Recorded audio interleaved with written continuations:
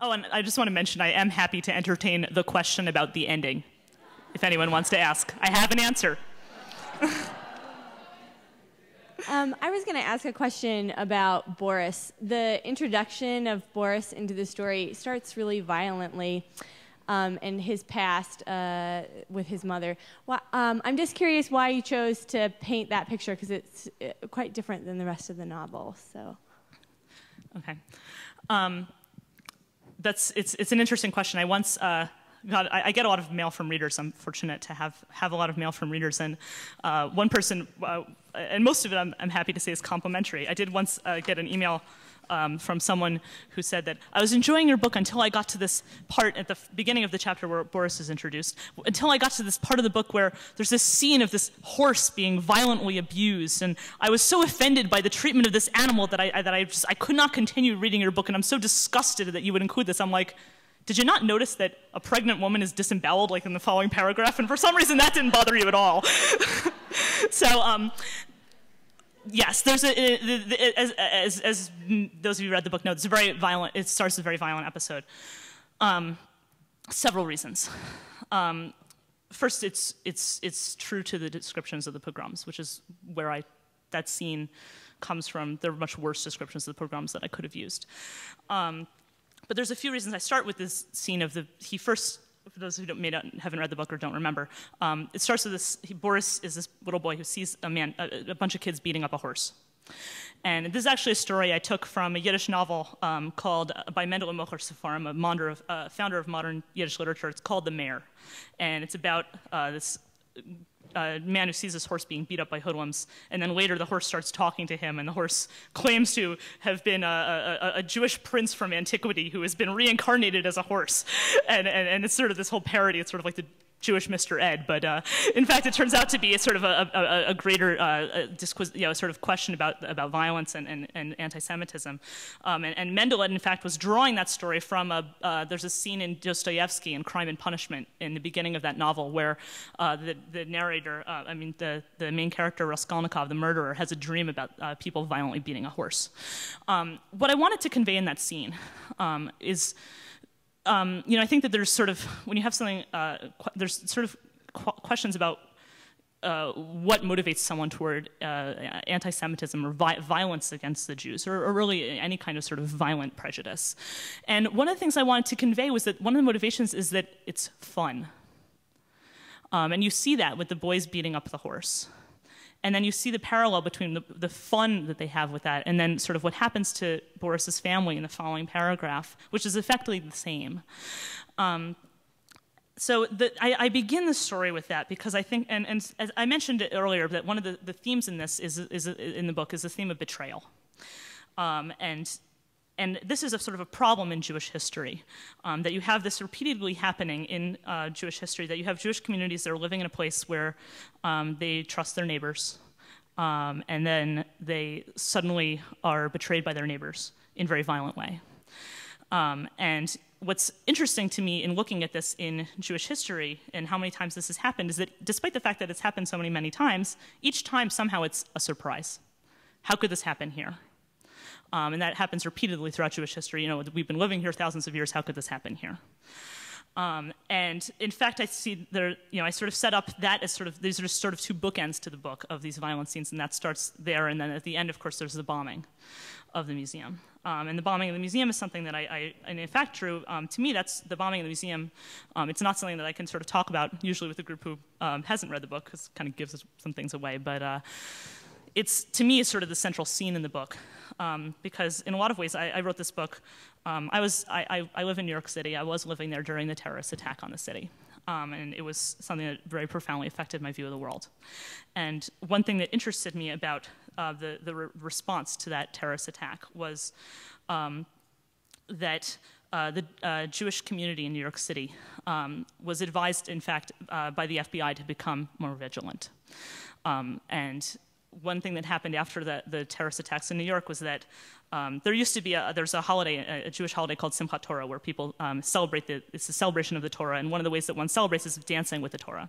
And New York City is a very large Jewish community, and there used to be, in the neighborhood where I live, there was a very wide street, West End Avenue, that they would close and it would be on this Jewish holiday.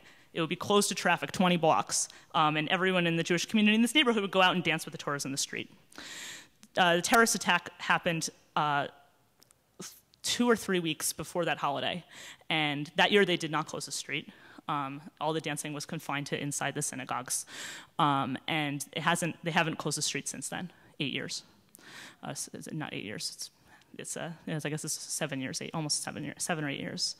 They haven't closed the street since then. And what I saw also was that after the terrorist attack, Jewish institutions in New York, including the museum, as you see in the book, put up metal detectors and jersey barriers. Synagogues put up jersey barriers and metal detectors. Churches did not. And I actually later learned that the reason they did that was because the FBI told them to.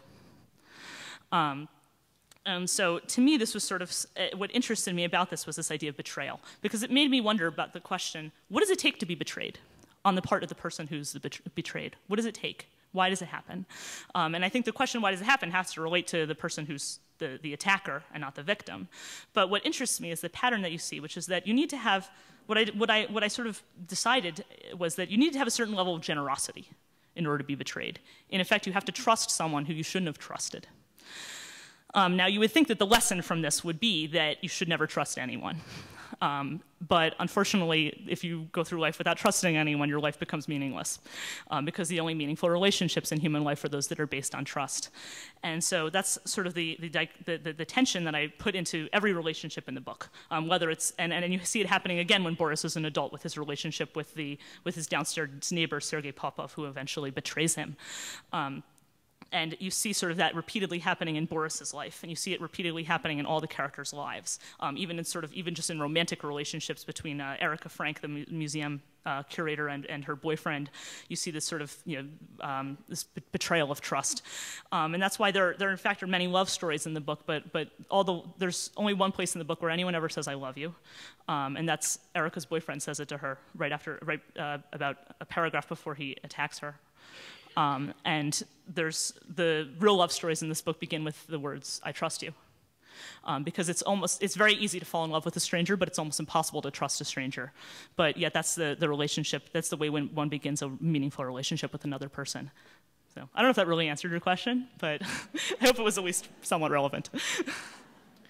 Next question. Someone want to brave the ending question? Let you, okay. I'm going to come right here. This is a rather painful comment and or question. Among Jews of older generations, and I include myself, there's a kind of a psychic scar that prompts one to ask the question when they're among their wonderful neighbors, non-Jewish neighbors. If there were a new Hitler, would they hide me or betray me? That scar never heals. Would you comment on that? I think that, it's funny because as I am now betraying exactly what I just said. I think that America is different. I hope that it is. I think that we have a very unique situation in American history where you have a Jewish community that has been sort of involved in American life from the beginning of the creation of the country. And but the real difference is not just in the Jewish community in America, but is in the foundation of American culture, which is not based on sort of an ethnicity the way that European cultures always were, and not based on a religion the way that many cultures are, but is rather based on an ideal. And an ideal of involving everyone in a shared national project and a shared national destiny. And I think that is one way in which this country really is tremendously different, or at least has the potential to be tremendously different. It's something that, but it's a question that comes to mind all the time. But I think that what you see in America is the ideal that, and I think that you see incidences of prejudice and bigotry in every culture in the world, and certainly America is no exception to that. And but what I think you do see also in America is a desire to rise above it, and you didn't have that desire, I think, in many cultures in Europe. You don't have that desire, I think, in many cultures, let's say, in the Arab world today. But you do have that desire, even if it isn't, you have that potential, even if it isn't always met in America. And I think that the fact that I can write this book in English and have such a broad audience for it in English has been for me very inspiring. I have to say that when I wrote my first novel, which In the Image, which also, as I said, deals with a lot of Jewish historical themes, I hadn't really thought about who I was writing. I think that every first-time writer is just so amazed when anyone other than their mom actually reads it voluntarily. But when I was, to the extent that I expected anyone other than my mom to read it, I kind of thought of it as kind of a book for a Jewish audience. And what I discovered when I was when I sold the book, the editor who at the publishing house, who's the person who decided to buy the book and publish it, was not Jewish. And the very first time I ever spoke to her while we were negotiating the contract, I asked her what her background was. And what I meant by that question was, what was her background in publishing? Does she usually work with fiction, nonfiction? How long has she been at this publishing house? She says to me, well, I'm an Italian American. I'm a lapsed Roman Catholic, and I'm like so embarrassed that she thinks that this is what I asked her. But she then said to me, she says, I read your book and I felt like I was reading about my own life and my own family. And I just kind of thought to myself, wow, that's really, really weird. But then I was not expecting this, but then she said to me, she says, being Italian American, she says, being from sort of this culture where there's this belief that there's sort of this old country that's like the authentic world, and the life that you're living here in America is sort of like a pale imitation of that, and any kind of anything that you have that's a connection to the old country is just kind of the stereotype or some sort of fake attempt to recreate it, but yet you're separated from this old country, from this authentic way of life by a language that you don't speak, or a culture that you don't know well enough. And she said, being a lapsed Roman Catholic, being part of this sort of religious tradition, having inherited this religious tradition, which has all this beauty and majesty in it, but that as a modern person you sort of really have to grapple with, or that you can't fully accept as a modern person. She says, reading this, I felt like I was reading about my own life. And I have to say, I've been really astounded by the reception of both my books.